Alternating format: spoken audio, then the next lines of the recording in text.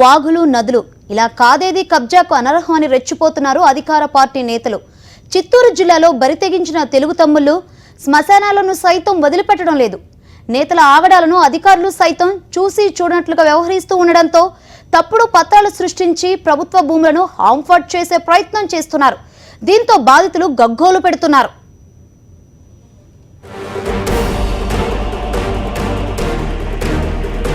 తిరుపతిలో రెచ్చిపోతున్న కబ్జా రాయుళ్లు, ప్రభుత్వ భూములకు తప్పుడు పత్రాలు, శ్మశానాన్ని వదలని భూబకాసురులు, అధికార పార్టీ అండతో బాధితులకు బెదిరింపులు.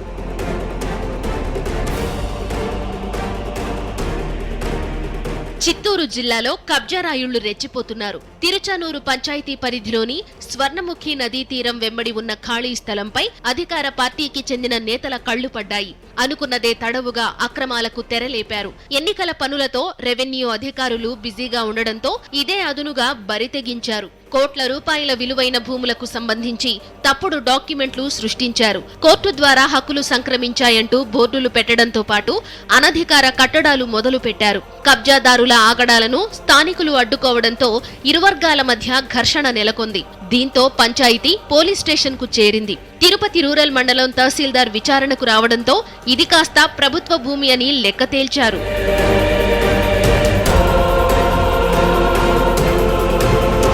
రాత్రికి రాత్రే వెలిసిన అక్రమ కట్టడాలపై స్థానికులు ఆగ్రహం వ్యక్తం చేస్తున్నారు.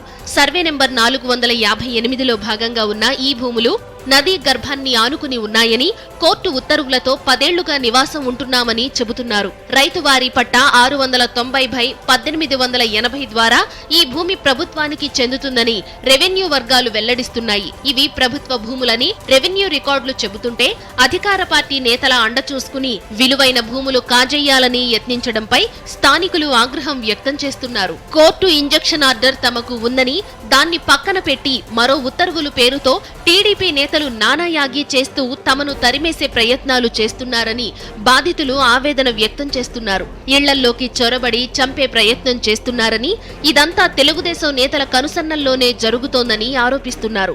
సార్, మేము 2015లో కొన్నాము. అది శివయాచారి కొడుకు వెంకటమునాచారి దగ్గర కొన్నాము. వాళ్ళు ఏమంటే మేము శివయాచారి పైన కేసు వేసామంటారు. మాకైతే కేసు ఇచ్చింది మాకు తెలియదు. వాళ్ళు శివయాచారి దగ్గరకు మేము కొంటే వాళ్ళకి జడ్జిమెంట్ వచ్చింది అంటారు. దౌర్జన్యం వచ్చి కడుతున్నారు. వాళ్ళ సర్వే నెంబర్ కూడా ఇది కాదు. మా సర్వే నెంబర్ వేరు, వాళ్ళ సర్వే నెంబర్ వేరు. మాది రెవెన్యూది లెక్క, గవర్నమెంట్ ల్యాండ్ లెక్క.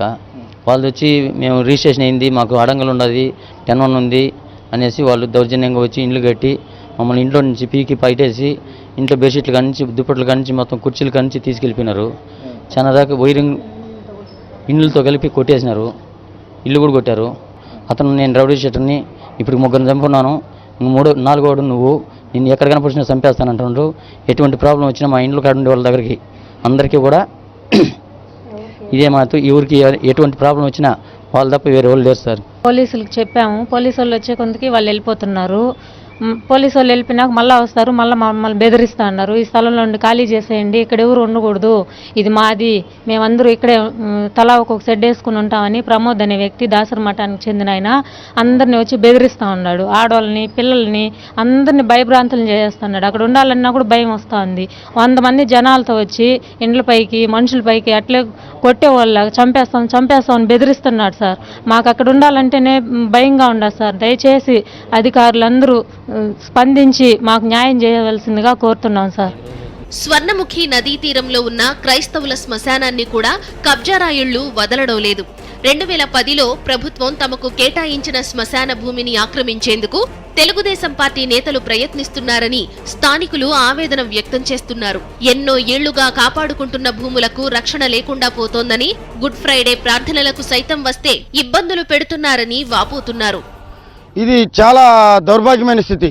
శ్మశాన స్థలాలను ఆక్రమించడం, శ్మశానాలకు పోయే రోడ్లను ఆక్రమించడం, ఇటువంటి ప్రవృత్తి కలిగిన వారిని ఎవరు కూడా ఎటువంటి నాయకులైనా సరే ఎంటర్టైన్మెంట్ చేయకూడదు. రెండవదిగా నేను ఆలోచించడం ఏంటంటే, ఈ రోడ్డు మీద అల్లరింబొగలు చేరడం, ఇక్కడ స్థలాలు కబ్జాలు చేయడం, వచ్చిపోయే శ్మశాన వాటికలోకి వచ్చిపోయే వ్యక్తుల్ని బెదిరించడం ఇది మంచిది కాదు. అధికార పార్టీ నేతల ఆగడాలపై రెవెన్యూ ఉన్నతాధికారులు స్పందించి తమకు రక్షణ కల్పించాలని బాధితులు కోరుతున్నారు. అధికారులు స్పందించకపోతే ఆందోళనలకు దిగుతామని హెచ్చరిస్తున్నారు.